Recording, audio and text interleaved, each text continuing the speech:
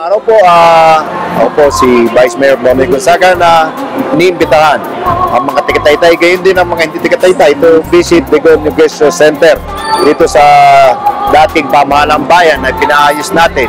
Ito pong purpose nito ay para maasistihan ang mga maliliit na gustong magbukas ng kanilang sariling hanap buhay. Lalo-lalo sa inyong tahanan, kung kayo makapag-aanap buhay habang gumagawa kayo ng gawain bahay, ay bisitahin nyo po. Bukas po ang pintuan ng Bigon Negosyo Center dito sa Taytay to entertain you, to assist, para kayo asistihan sa lahat ng inyong pangangailangan o kaalaman tungkol sa pagbubukas ng negosyo. Inaasahan po namin ang inyong pagbisita.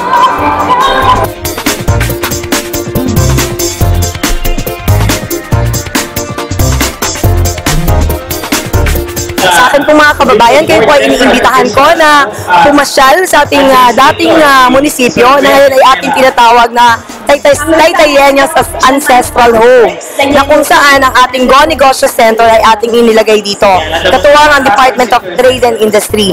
Sa pamamagitan ng Negosyo Center, umaasa kami na makakatulong sa mga maliliit na negosyante na mapalago nila ang kanilang negosyo. Pero na, punta na tayo sa ating Taytayeños Ancestral Home.